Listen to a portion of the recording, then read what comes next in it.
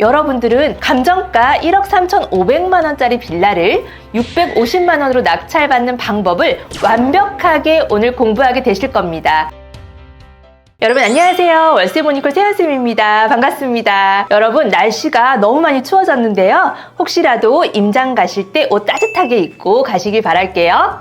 자, 오늘은요. 정말로 소액을 가지고 낙찰받은 사례를 통해서 함께 공부해 보도록 할게요. 무려 낙찰가가요. 650만 원입니다.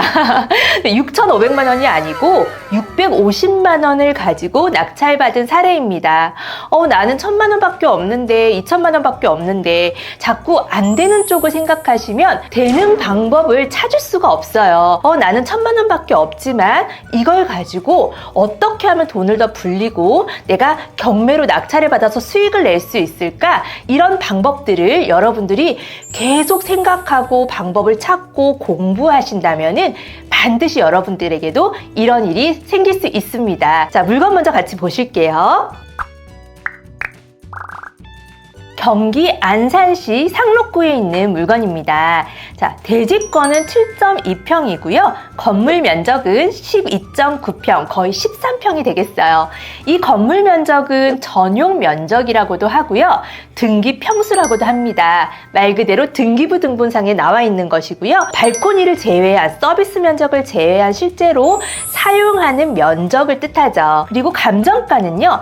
1억 3,500만 원입니다. 1억 3,500만 원짜리를 어떻게 650만 원으로 낙찰을 받을 수 있을까요?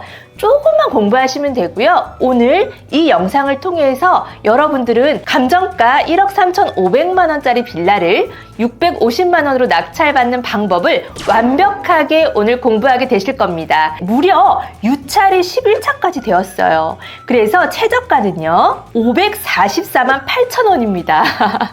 경매는 시세보다 훨씬 싸게 낙찰을 받아서 수익을 내는 건데요. 너무 싼 물건이라고 해서 좋은 건 아니라고 이 세연쌤이 항상 말씀을 드려요. 하지만 너무 싸다고 해서 또 안 좋은 물건도 아닙니다. 한번 같이 살펴볼게요. 최저가 544만 8천 원이죠. 사진을 먼저 보면은요. 건물의 모양입니다. 생각보다 굉장히 깨끗합니다. 그죠? 이렇게 주차장도 필로티로 되어 있고요. 공용 현관문 좀 한번 보세요. 황금빛깔로 해서 굉장히 으리으리하죠. 이 물건을 어떻게 650만 원에 낙찰을 받을 수 있지? 네, 현관문도 굉장히 깨끗하고요. 방은 한 칸에 거실이 굉장히 넓고요. 그 다음에 주방도 굉장히 넓어서 이렇게 분리형으로 되어 있어요. 보통은 빌라가 거실 겸 주방 이런 식으로 해서 주방이 굉장히 좀 작은데요. 이 물건 같은 경우에는 주방과 거실이 좀 분리가 되어서 쾌적하게 생활할 수 있는 그런 공간입니다. 주변에도 이런 비슷한 빌라들이 이렇게 보이는데요. 견주어 봤을 때 우리 물건은 빠지지 않습니다. 네, 당당합니다. 너무 좋네요. 그러면 입지를 한번 같이 살펴보도록 할게요. 너무 싸기 때문에 이렇게 많이 유찰이 됐기 때문에 입지가 안 좋은 건 아닐까라고 또 생각을 하시겠죠. 자, 보시면은요. 안산 상록구에 있는 바로 우리 물건의 위치는 여기입니다. 자, 보시면 아시겠지만 우리 물건의 바로 위쪽으로 해서요. 초등학교가 버젓이 자리 잡고 있죠. 네, 그리고 여기는 다 주택 단지로 이루어져 있고요. 동네 자체는 굉장히 깨끗합니다. 그리고 여기 보면은 자, 이 편한 세상이라고 해서 아파트가 딸랑 요거 하나밖에 없어요. 다 주택단지입니다. 여기까지, 위에까지. 그리고 자, 지도를 조금 더 축소해서 보면은요. 자, 이 위쪽으로 해서는 다 아파트 단지로 형성이 되어 있어요. 교통편을 한번 살펴보면은 자, 사리역이라고 해서 수인 분당선이죠. 다소 거리가 좀 있기는 하지만 그래도 뭐 마을버스라든지 이런 버스를 이용하면은 이 사리역까지 금방 도착을 하게 됩니다. 그리고 우리 물건의 이 입지의 건너편도 보면은 이렇게 주택 단지로 형성이 깨끗하게 되어 있고 위쪽으로 이제 아파트 단지가 형성이 되어 있어요. 서쪽을 봤더니 한양대학교 에리카 캠퍼스가 있네요. 그리고 아래쪽 남쪽으로 조금 가다 보면은요. 화성이죠. 화성 국제 테마파크와도 거리가 그렇게 멀지 않습니다. 화성 국제 테마파크는 굉장히 큰 규모의 테마파크인데요. 숙박형 테마파크죠. 여기는 하루 만에 돌 수가 없다고 하네요. 3박 4일 정도 리조트 형식으로 해서요. 여기에서 숙박도 하면서 각종 놀이기구, 스포츠 이런 것들을 다 즐길 수가 있는 곳이에요. 그래서 여기에서 일하는 이제 근로자들이 많이 생기겠죠. 그래서 일자리가 굉장히 풍부해지는 곳입니다. 여기까지 굉장히 근접한 곳이고요. 또 보시면 이 사리역에서 이 한정거장만 가면은 한대암역이라고 있습니다. 자, 안산하면 떠오르는 교통호재가 있죠, 여러분. 뭘까요? 바로 신안산선입니다. 이 신안산선은 2024년도 12월에 완공 예정이지만 조금 지연될 것 같고요. 자, 이 신안산선을 타고 우리가 어디까지 도착하느냐? 일자리가 굉장히 풍부한 서울, 여의도까지 단 25분 만에 도착을 할 수 있어요. 그래서 서울까지 가는 이 신안산선의 교통편을 이용하기에도 굉장히 편리하고, 또 남쪽으로는 화성국제 테마파크, 일자리가 풍부한 곳과 굉장히 근접해 있고요. 도심 안에 있고요. 굉장히 깨끗한 동네이고요. 여기가 전세 물량이 굉장히 없어요. 그래서 전세를 구하기가 굉장히 어려운 지역입니다. 그만큼 수요가 계속 들어오는 곳이라고 할 수 있습니다. 그러면 건물 상태도 굉장히 좋고, 입지도 굉장히 좋고, 교통편도 편리하고, 주변에 일자리도 풍부하고, 수요도 굉장히 좋은 이곳에 어떻게 이렇게 많이 유찰이 되어서 650만 원으로 낙찰을 받을 수 있었을까요? 네, 권리 분석상의 문제가 혹시 있지는 않은지 한번 살펴볼게요. 자, 권리 분석하면 여러분들이 우선 굉장히 겁을 많이 내시는데요. 이 세연쌤과 1분도 안 걸립니다. 1분도 안 걸려요. 굉장히 쉽고 정확하게 권리 분석하는 방법 지금부터 배워볼게요. 이 권리 분석은요, 내가 잔금 이외에 임차인의 보증금을 혹시라도 내가 인수받는 사항이 없는지, 또는 위험한 권리들을 내가 떠안아야 되지는 않는지, 이런 것들을 따져보는 걸 권리 분석이라고 합니다. 근데 여기는 임차인이 있죠. 임차인이 있고, 자, 대항력이 있습니다. 대항력이 있다라고 하는 거는요, 임차인이 낙찰자한테 이 보증금을 받을 수 있는, 대항할 수 있는 힘이 있다라는 거예요. 자, 보면은 1억 2천만 원의 보증금이 있습니다. 자, 대항력은요, 말소 기준일보다 전입 일자가 빨랐을 때 대항력을 갖는다고 합니다. 자, 보면 말소 기준일이 2020년도 1월 15일이고요. 전입 일자가 2015년도 12월 30일입니다. 그렇기 때문에 대항력이 있습니다. 이 1억 2천을 우리가 다 물어줘야 하는지, 아니면 낙찰가에서 또 배당을 받을 수 있는지를 따져봐야 되는데, 그럴 때에는 배당 요구를 했는지 이 날짜를 보시면 되고요. 자, 배당 요구를 2020년 7월 31일 날짜로 신청을 했어요. 배당 요구 종기일인 2020년도 10월 7일 이전에 신청을 했기 때문에 인정이 됩니다. 자, 그리고 이 위에 보면 확정일자가 있습니다. 2018년도 1월 4일인데요. 이 확정일자는 낙찰금에서 배당을 받는 순서예요. 2018년도 1월 4일이니까 자, 접수일하고 따졌을 때 여기 위에 말소기준 등기 이전에 순번으로 들어가게 되죠. 그렇기 때문에 말소기준 등기가 되는 가압류보다 먼저 받는구나. 아무리 대항력이 있는 선순위 임차인이라고 하더라도 이 확정일자가 늦은 경우에는요, 배당 순서라고 말씀을 드렸어요. 배당을 다 못 받고 낙찰자인 내가 이 보증금을 인수해야 되는 경우들이 굉장히 많이 있습니다. 네, 그런데 자, 1억 2천만 원의 이 보증금을 낙찰받은 우리 교육생은요, 모두 인수한다라고 마음을 먹고 이 물건에 접근을 했어요. 고로 낙찰가 650만 원에 이 보증금 1억 2천만 원을 인수한다. 그럼 총 낙찰 금액은 사실은 1억 2,650만 원이죠. 그런데 다행스럽게도 이 물건에는 어떠한 세금이라든지 이런 부분이 먼저 받아가는 것들이 없었어요. 그래서 650만 원을 임차인이 모두 배당을 받을 수가 있었습니다. 그렇기 때문에 이 물건은요, 그냥 1억 2천만 원으로 낙찰을 받은 거나 다름이 없어요. 너무 잘하셨죠? 이 물건을 낙찰받은 우리 교육생분들이요, 굉장히 왕초보십니다.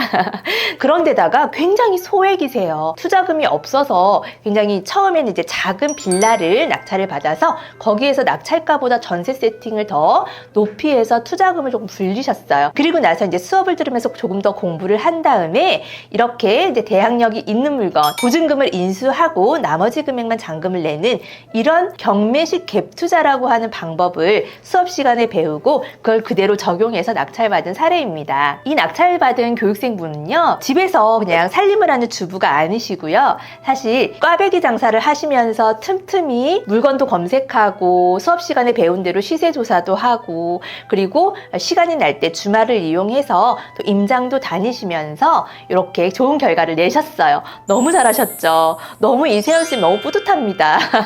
그리고 자, 1,000만 원도 아니고 정말 650만 원을 가지고 이렇게 결과를 내셨죠. 더 놀라운 사실이 있습니다. 제가 이 지역에는 전세를 구하기가 굉장히 어렵다고 말씀을 드렸습니다. 그쵸?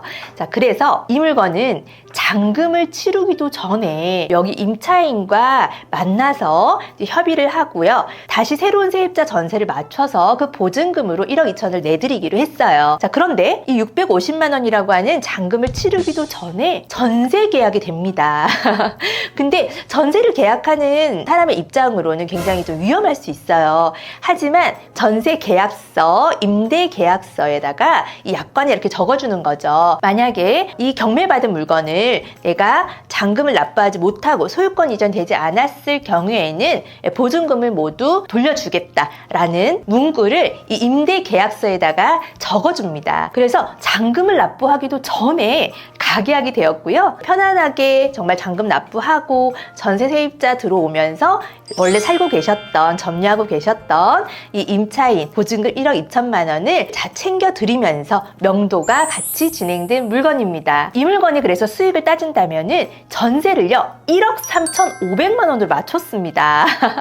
네, 여러분, 이 물건이 1억 2천에 낙찰을 받은 거나 다름이 없어요. 사실은 650만 원으로 낙찰을 받았지만 보증금 1억 2천만 원을 다 인수하는 경매식 갭투자 방식으로 받은 물건이기 때문에요. 자, 1억 2천만 원이죠. 여기에서 취등록세가요 1.1% 적용이 되어서 130만 원 정도의 취등록세를 납부를 합니다. 그러면 1억 2,130만 원이죠. 그리고 낙찰받은 이 650만 원, 이 금액은 임차인이 모두 이제 배당을 받고 나머지 금액만 우리가 이제 내주면 되는 거죠. 이렇게 처리가 되었습니다. 그래서 전세 세팅을 새로 하고 나서는 실제로 1,370만 원을 더 불리셨어요. 당연히 전세가 1억 3,500이기 때문에 매매가는 1억 4,500에서 1억 5천 정도로 형성이 되어 있고요. 지금은 물론 거래가 좀 원활하지 않은 시기이죠. 부동산을 하다 보면은 이런 시기도 있고 또 거래가 굉장히 활발해서 매도자가 우위가 되는 이런 시장들을 만나게 되실 겁니다. 네, 그럴 때 우리가 지금같이 이런 시장에서는요 전세로 한 바퀴 돌리시면서 좀 숨고르기 하시고요. 그리고 2년 뒤에 이 부동산이 반드시 좀 안정기가 옵니다. 이 안정기 때 거래가 하나 둘씩 이제 터지게 될 텐데요. 여기는 어떻다고요? 수요가 굉장히 풍부한 곳이라고 말씀을 드렸죠. 그랬을 때 매매가 충분히 1억 5천 받으실 수 있는 지역입니다. 그러면 남은 1,500만 원도 나중에 우리가 매도하고 나서 수익을 얻으실 수 있고요. 물론 내가 수익을 낸 것에서 세금을 제해야 되겠죠. 근데 우리가 또 절세도 굉장히 중요합니다. 그래서 2년 보유를 했을 때는 양도세가 기본세율로 적용이 되기 때문에 얼마 되지 않아요. 정말 얼마 되지 않아요. 지금은 이렇게 여러분들이 가지고 있는 이 소액을 가지고 내 투자금을 점점 불리면서 하나 두 개씩 이렇게 개수를 늘려가는 시기입니다. 이 세연쌤도요 처음에 시작했을 때 1,200만 원을 가지고 경매를 시작했는데요. 지방의 소형 아파트들 그리고 이렇게 수도권에 있는 아주 금액대가 좀 저렴한 이런 빌라들을 아주 싼 가격으로 낙찰을 받아서요 보유하고 있다가 2년 4년 있다가 매도를 하고 하나 두 개 세 개 매도를 하면 돈이 거의 1억이라고 하는 돈이 생기더라고요. 그렇게 해서 이 1억을 가지고 좀 더 볼륨 있는 좀 아파트로 또 투자를 하고 그러다 보니까 투자했던 아파트들이 어떤 거는 작게는 1억 2억 또 어떤 거는 6억 7억까지도 굉장히 오르더라고요. 이런 시장을 만나니까. 그래서 자산을 좀 많이 불릴 수가 있었습니다. 여러분들 충분히 하실 수 있어요. 모르기 때문에 못하는 거지 내가 조금만 알려고 노력하고 방법을 찾는다면 여러분들 눈에도 반드시 이런 물건 보이실 겁니다. 네, 사랑하는 소혜님들 오늘 어떠셨어요? 이 물건을 통해서 또 몰랐던 내용들을 또 공부하게 되셨죠? 하실 수 있습니다. 용기 내시기 바랍니다. 이 세연쌤 오늘 우리 사랑하는 소혜님들을 위해서 마지막으로 좋은 메시지 읽어드리고 마치도록 할게요. 네, 끝까지 집중해주세요. 이제 꿈을 종이에 적어라. 꿈은 종이에 적으면 목표가 되고 그것을 자르면 계획이 되고 계획을 실천하면 현실이 된다. 목표를 작게 작게 조각내어 매번 성공하라. 그것이 버릇이 되면 어느새 큰 성공을 차지하고 있을 것이다. 네, 여러분들 너무 처음부터 욕심내지 마시고요. 작은 것이라도 하나 낙찰을 받아서 한 사이클을 돌려보신다면 여러분들의 노하우가 되고 앞으로 꾸준히 투자할 수 있는 밑거름이 되실 거라고 세연쌤이 확신합니다. 네, 마지막으로 여러분 다 함께 힘차게 화이팅하고 외치도록 할게요. 네, 하나, 둘, 셋, 화이팅! 안녕!